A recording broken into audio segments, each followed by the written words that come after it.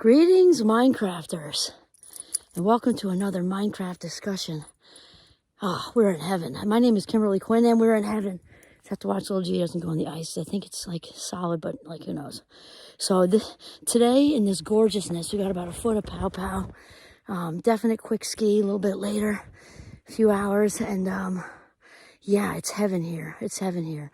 While I'm getting all my creative thinking done, it's just so fluid today because winter's my favorite. Although I have to tell you, the inspiration faucet's running all the time, if I'm honest, okay? And I am honest, I'm not waterflies at all. So anyway, it's just flowing through me. So what I wanted to talk about today, little G, you set to stay off the pond, G, okay, is really embracing the contrast. And this came in my head. I've been listening to a lot of Abraham Hicks, and I just listen to so many people and read voraciously and everything like that. But this is one that's been on my mind anyway, because, I mean, there's really there's no way to fully dodge contrast, right? There just isn't. And so, because we weren't put on this earth to just, coast and because there would be no personal growth. I mean, the whole point of being on this planet is to learn how to love ourselves and other people. Like, that's it, right? I think we all know that. Basically, we sometimes forget, I think, myself included, when we get wrapped up in the gerbil wheel of, busy-dashness and all like that. But obviously contrast happens. And it can be big, huge life stuff, but it doesn't have to be. It can be the workplace thing where somebody snags a promotion out from under you, or somebody does some kind of manipulative something. And it doesn't give them a pass. We are not saying that. We're also not saying it's not worthy of a conversation. Although here's the thing. This is at least what I do anyway. It's definitely a tough sell when you're in it, or like it just happened. It's just because like somebody legit just did a conniving something that was based in self-interest only, with no care or concern to anyone else. That's hard. It doesn't feel good. It feels violating. It feels like somebody kind of climbed into your rib cage, especially if you've authentically done all the work for said project. And that's just one example, right? And it can be really hard. And here's the thing, though, I've learned in my fabulous 58 years, is that it helps me to kind of take control of that. Again, tough sell when you're in it, but just breathe a little bit and then get to this place. And also, I have to do a little disclaimer, because what we're not talking about, he's got snow dog face. I think he thinks there's pheasants under there, and they really could be. Who knows? We're not talking about what some people would term as toxic positivity, which, basically means to just dismiss all negative emotion and just, like throw a bunch of beautiful snow like this on top of it and pretend to make it go away, which honestly in this beautiful environment is very tempting. But we don't want to dismiss negative emotion. We just don't want to reside there. There's a whole difference. So-and-so snags a promotion out from under you. So-and-so, takes the lead on some project, gets all the kudos. So-and-so, pick whatever your workplace is or home environment, or, you're good somebody in your friends group, pulled a fast one with, planning the birthday for somebody that you're really closer to, and it just feels like a power move or whatever. There's all kinds of little shit that just bothers us, right? And so to really acknowledge it, not dismiss it, acknowledge it, that was kind of crappy. And maybe it's worthy of a conversation. If it's so petty, then probably not, because giving it energy just makes it bigger, like a snowball. It's going to be a lot of my analogies today. And so you can choose to be quietly effective when it's super petty. Again, it doesn't mean the person gets a pass. It doesn't mean they weren't wrong. It doesn't mean they weren't hurtful. It doesn't mean any of that. Though being quietly effective, as long as you're not trying to trick your brain into thinking you don't care, because the brain's going to say you're full of it, you do care. Okay, and maybe to go talk to somebody about it and get it out, but to not reside there. That's the whole thing. Because, and this is just what I do, because it helps me to sort of gain my own agency back, right? Because anxiety comes from not feeling like we have control, and then we get into fear-based thinking. What if she keeps doing this, and what if I end up, at work and I don't end up not getting this, or end up being dismissed, or who knows? So we stop all that what if thinking and take control back. And so the contrast, at least for me, because I had something happen a few years ago, where it just was surprising. It wasn't a huge something. It was just like a something, like somebody just was not are presented differently as they really were underneath, and it threw me a little bit, because I trust people and whatever. But when I look back later, because again, it's a tough sell in the moment, that person, she was a part of the story of it. She was a part of the whole unfolding and it was a small situation. It's not a gigantic story, but I ended up really growing and springboarding from it, emotionally, and really, and it wasn't immediate, because I was like, I can't believe that. I thought she was, just so different, but that's when we take hold of that and we realize, this is my big one. You ready for this one-liner? Which isn't mine. I don't know where it came from, actually. But life doesn't happen to us. We can get very wrapped up in that. Like, how could this happen to me? How could she have done that? How could she have, gotten on the best side of the boss, and I was her number one, and how could she do this? How could she do that? The friends group. Instead of how life happening to us, life actually happens for us. And I know for me, when I kind of want to say it's Wayne Dyer, but I don't know that it is. Doesn't matter, because the point's been made. So because one-liners really stick with me sometimes.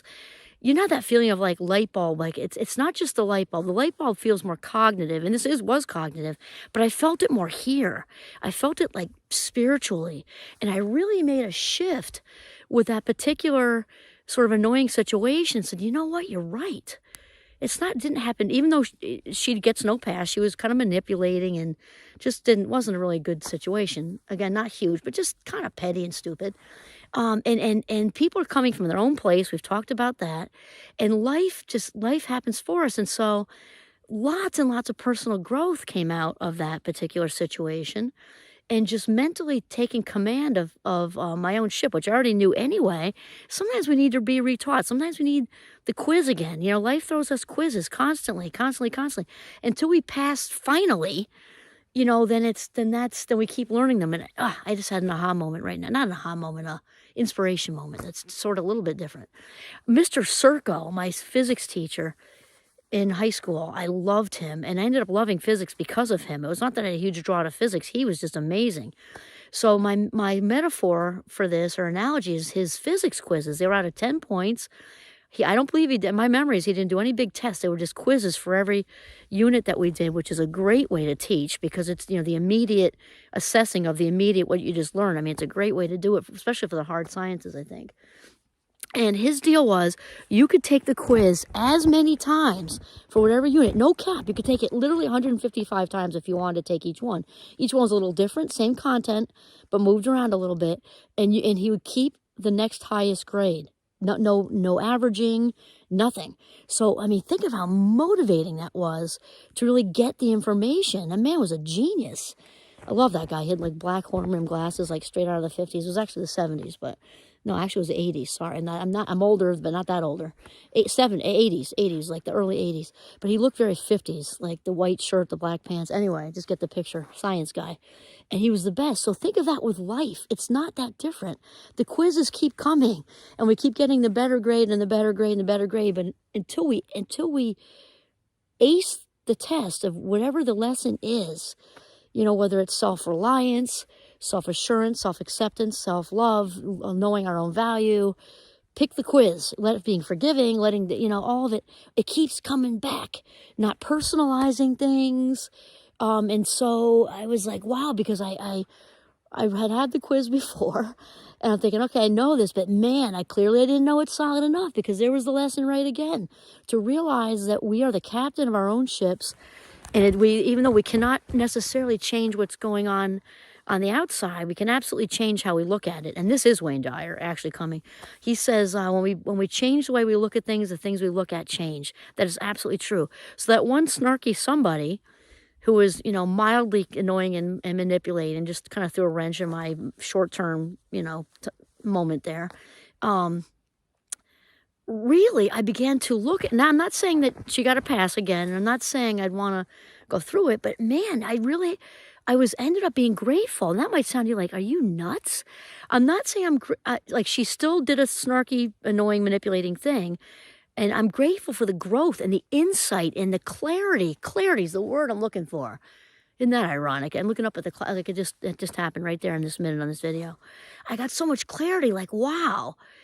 It just pointed me in a whole different direction with that particular situation that was going on, which was so much better for me. In the moment, it seemed like, confusion, cloudiness. And then once I sort of figured out this was meant to happen, this was meant to unfold in this way, it was a good thing. And I'm still, even though it was a long time ago, years ago, I'm still so grateful that pointed me in a new direction that's very much a part of where I am now, actually.